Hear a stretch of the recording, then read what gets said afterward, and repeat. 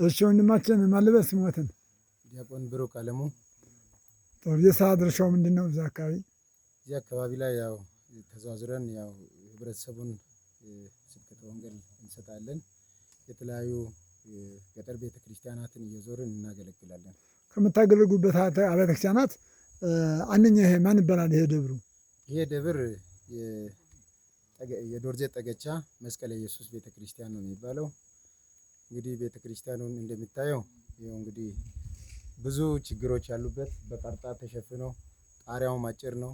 ካህናቱ ረዘም ያሉ ካህን ከመጣ ራሱ ማገልገል በጣም ዝቅ ጎንበስ ብሎ የሚራመድበት ቤተክርስቲያን ነው። እንግዲህ ለችግር ተብሎ ቀድሞ ተሰራ። አሁን ግን ማነቆ የሆነ ችግር ትልቁ ችግር የሆነብን እሱ ነው። ጥሩ አካባቢው ላይ ያለው ከአሕዛቡ ከመናፍቃኑ ጋር ያለው ችግር በርካታ ነውና እንግዲህ በአካባቢው ላይ ለብዙ ቤተክርስቲያን ከወረዳው አኳያ ብዙ ቤተክርስቲያን ቤተክርስቲያናት ሰባኪ ወንጌል እንደመሆኑ መጠን የሁሉም ቤተክርስቲያን ችግር ምን ይመስላል? እዚህ አካባቢ ላይ ትልቁ ችግር እንግዲህ የአብነት ትምህርት ቤት እንደ ወረዳችን እንደዚህ አካባቢ እንደ ዶርዜ አካባቢ አብነት ትምህርት ቤት የለም። ይሄ ደግሞ ትልቁን አገልጋዮችን ለማፍራት ትልቅ ማነቆ የሆነው ነገር እሱ ነው። አብነት ትምህርት ቤት ቢኖር ዲያቆናት እናፈራለን። ከዲያቆን ደግሞ ወደ ቅስና ካህናት እናፈራለን።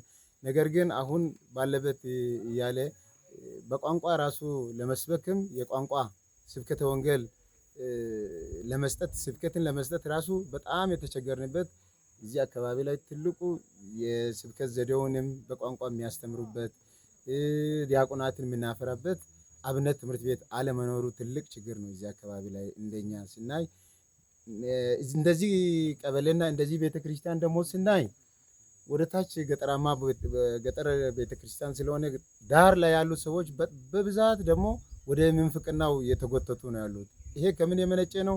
ሰንበት ትምህርት ቤቱን ለማደራጀት ዲያቆናትን ለማፍራት የሚደግፍና ብዙ ትምህርት የሚሰጥ ሰው በዝቶ ስላይደለ ያ ነው አሁን ትልቁ ችግር ለኛ።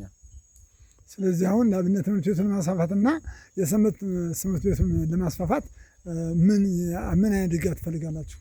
ያው ሰንበት ትምህርት ቤቱን ለማስፋፋት ለሰንበት ትምህርት ቤት የሚያስፈልጉ አልባሳትን ማምጣት፣ የተለያዩ ለሰንበት ትምህርት ቤት የሚያስፈልጉ ማቴሪያሎችን ማሟላት ነው። ለአብነት ትምህርት ቤቱ ያው መምህራንን ቀጥሮ የሚያመጡ ቢኖሩልን መምህራኑ አሁን የአብነት ትምህርት ቤት ሲከፈት ያው መምህርና ቦታ ተዘጋጅቶ ለሚማሩት ደግሞ የሚበሉበት የሚጠጡበት ነገሮች ቢመቻቹላቸው ሁሉም ይማራል፣ ሁሉም ይለወጣል ብለን ነው እኛ የምናምነው። ስለዚህ ይሄ ትልቅ ችግር ነው እዚህ አካባቢ ላይ ላለው። በተለይ አብነት ትምህርት ቤቱ ቢኖር ተማሪው በበዛ ቁጥር ደግሞ በተለያየ ቋንቋ ተምረው በዚህ በአካባቢ ቋንቋም ተምረው ልጆች ቢወጡ የተሻለ ስብከት ተሰጥቶ ከምንፍቅናው ራሱ ወደ ቤተክርስቲያን ልጆችን የመመለሱ ሁኔታም ራሱ ይስፋፋል በሚል ነው የማምነው በራሴ። ስለዚህ በዛ አካባቢ እርስዎና ጓደኞቹ የተንቀሳቀሳችሁ ነው? ውጤት እያመጣችሁ ነው? አው እንግዲህ በተቻለን መጠን አናሳ ነን።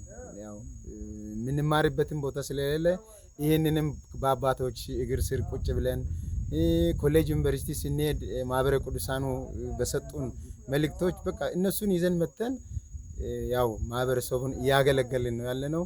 ግን ትምህርት ቤቶች ቢስፋፉና በጣም እኛም ትምህርት ብናገኝ ለውጥም እናመጣለን። አሁንም ያው በተቻለን በአቅማችን ልክ እያስተማርን እየሰበክን ነው ያለነው። አይ ጥሩ። ስለዚህ አሁን የቤተ ክርስቲያን በጉዳት ላይ ነው እና ያለው በጠቅላላው የሚያስተላልፍ መልእክት ካለስ? እንግዲህ ይሄ ቤተ ክርስቲያን ብዙ ጉድለት ነው ያለው ከጨንቻ ወረዳ ካሉ ቤተ ክርስቲያናት ከሁሉም እንግዲህ ዝቅ ብሎ በጉዳት ላይ ያለው ትምህርት ቤተ ክርስቲያን ይሄ ነው።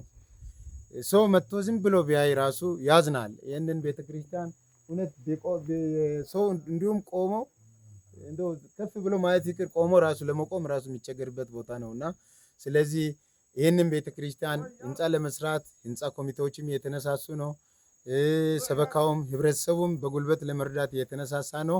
የተለያዩ እቃዎችን ማቴሪያሎችን የሚያሟሉ ሰዎች ቢገኙና ይሄ ሰማይና ምድርን የፈጠረው አምላክ ኢየሱስ ክርስቶስ ስለሆነ ሁሉም እጃቸውን ዘርግተው በእንደዚህ አይነት ቤተክርስቲያን መስቀለ ኢየሱስ ከሚሆን እንደው የኛ የራሳችን ቤቶቻችን ሁላችንም አይተን ይህንን ቤተክርስቲያን እንደው የኢትዮጵያ ኦርቶዶክስ ተዋሕዶ ቤተክርስቲያን እምነት ተከታዮች ሁሉ ይህንን ችግር በማየት ጣሪያው ያፈሰሰ ነው።